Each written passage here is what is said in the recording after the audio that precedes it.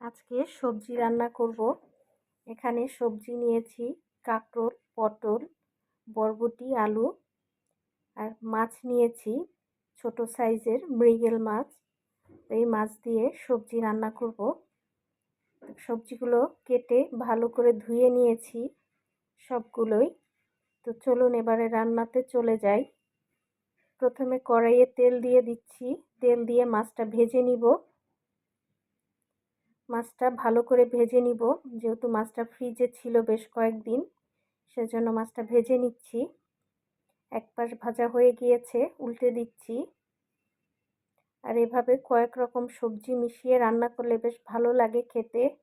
মাছ ভাজা হয়ে গিয়েছে, এবার নামিয়ে নিচ্ছি। মাছ ভাজা তেলের মধ্যেই দিয়ে দিব তেজপাতা, 1 চিমটি জিরে। এবারে দিয়ে দিচ্ছি পেঁয়াজ বাটা,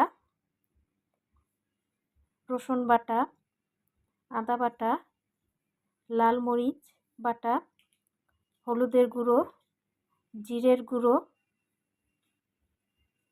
এবার একটু পানি দিয়ে দিব মশলা কষানোর জন্য। তো আমি ব্লেন্ডারে মশলা ব্লেন্ড করেছিলাম, সেই ব্লেন্ডারটা ধুয়েই পানি দিয়ে দিয়েছি। তো মশলাটা আমি ভালো মতো কষিয়ে নিচ্ছি। আর গরমের সময় প্রচুর শাকসবজি খেতে হয়, তাহলে স্বাস্থ্যটা ভালো থাকে। সেজন্য সবজি রান্না করছি। চেষ্টা করি প্রতিদিন খাবারের সাথে শাক সবজি এগুলো রাখার জন্য।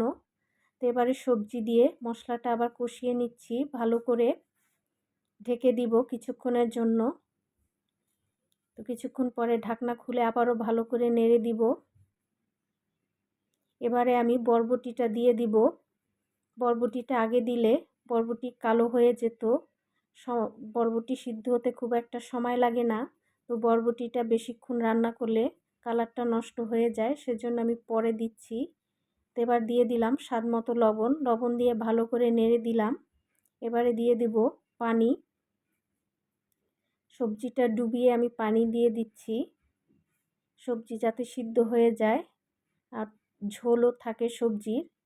তো পানি দিয়ে ঢেকে দিলাম। যখন পানিটা ফুটে উঠবে ঢাকনা খুলে নেড়ে দিচ্ছি।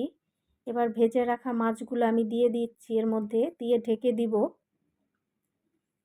কিছুক্ষণ পরে ঢাকনা খুলে আবারও নেড়ে দিব।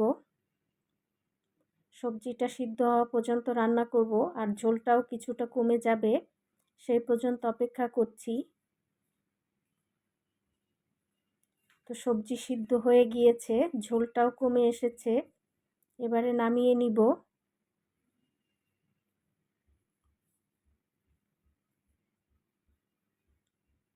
ভেজে রাখা জিরের গুঁড়ো দিয়ে নামিয়ে নিচ্ছি। আপনারা চাইলে ধনিয়া পাতা কুচি দিতে পারেন আপনাদের পছন্দ অনুযায়ী। তো নামিয়ে নিলাম। রান্না হয়ে গেল মিক্সড সবজি মাছ দিয়ে। তো আজকের রেসিপি কেমন লেগেছে অবশ্যই জানাবেন। ধন্যবাদ সবাইকে, ভালো থাকবেন।